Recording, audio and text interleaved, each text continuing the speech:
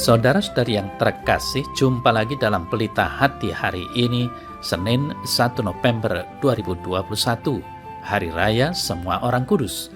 Bersama saya Romo Thomas Suratno SCY dari Paroki Cilandak, Jakarta Selatan, mendengar dan merenungkan sabda Tuhan, yakni firman Tuhan yang tersurat dalam Injil Matius, bab atau pasal 5, ayat 1 sampai dengan ayat 12a.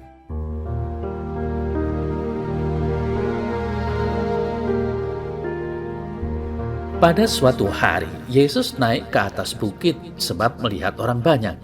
Setelah ia duduk, datanglah murid-muridnya kepadanya. Lalu Yesus mulai berbicara dan menyampaikan ajaran ini kepada mereka. Berbahagialah orang yang miskin di hadapan Allah, karena merekalah yang empunya kerajaan sorga. Berbahagialah orang yang berduka cita, karena mereka akan dihibur. Berbahagialah orang yang lemah lembut, karena mereka akan memiliki bumi.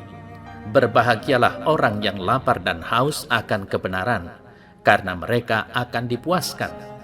Berbahagialah orang yang murah hati, karena mereka akan beroleh kemurahan. Berbahagialah orang yang suci hatinya, karena mereka akan melihat Allah. Berbahagialah orang yang membawa damai, karena mereka akan disebut anak-anak Allah.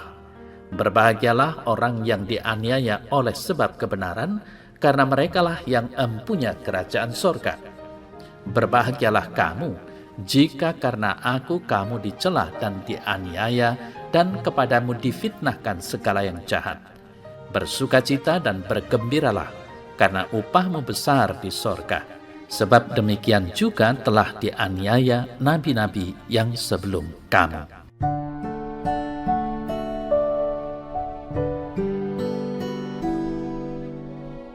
Saudara-saudari yang terkasih, khotbah Yesus di bukit ini adalah sebuah penghiburan bagi seorang yang sedang mengalami pergulatan hidup. Namun bagi pribadi yang sedang naik daun, khotbah Yesus ini adalah tantangan baginya. Mengapa? Karena hampir semua nilai duniawi yang ingin kita capai atau kita raih dijungkir balikan. Kita ingin kaya, hidup kecukupan, bahkan kalau bisa berlebih. Namun Yesus mengatakan, berbahagialah orang yang miskin di hadapan Allah, karena merekalah yang empunya kerajaan sorga. Kita tidak ingin hidup susah, bahkan berusaha lepas dari penderitaan. Namun Yesus berkata, berbahagialah orang yang dianiaya oleh sebab kebenaran, karena merekalah yang empunya kerajaan Allah.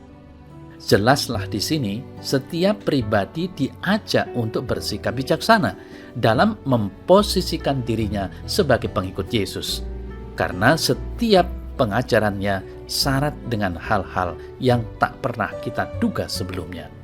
Saudara-saudari yang terkasih, ada kalanya sangat bertentangan dengan harapan dan pikiran kita. Dewasa ini, bila kita berbicara masalah kebenaran dan kejujuran membuat hati kita miris.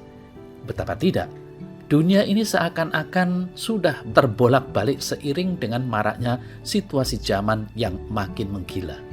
Orang benar dan jujur disalahkan, sebaliknya orang yang salah dibenarkan. Hal ini dapat kita jumpai dalam pengalaman hidup kita sehari-hari di tengah masyarakat kita.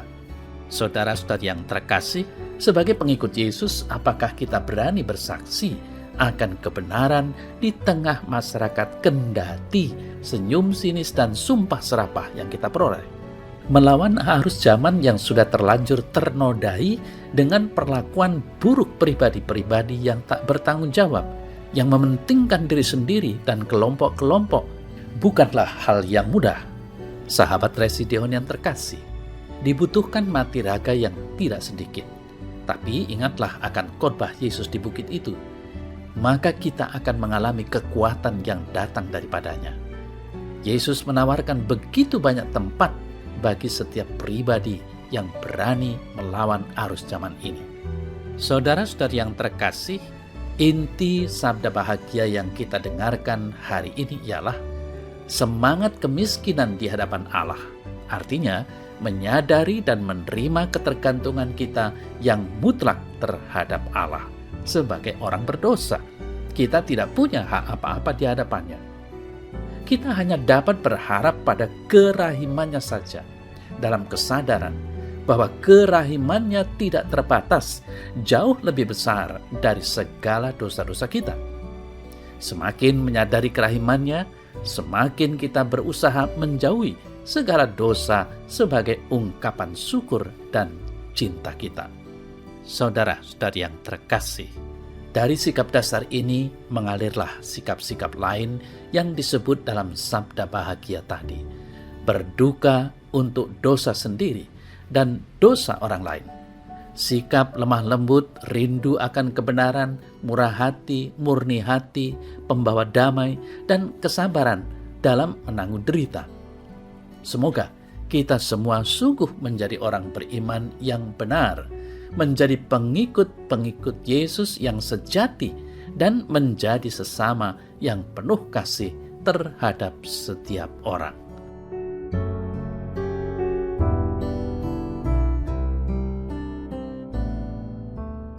Dalam nama Bapa dan Putra dan Roh Kudus. Amin. Ya Tuhan Yesus, terimalah aku dikala aku mengalami tantangan dalam perjuanganku melawan arus zaman ini. Semoga iman dan kepercayaanku jangan kau kecewakan. Kuatkanlah aku dengan kekuatan rahmat-Mu senantiasa. Amin. Dalam nama Bapa dan Putra dan Roh Kudus. Amin.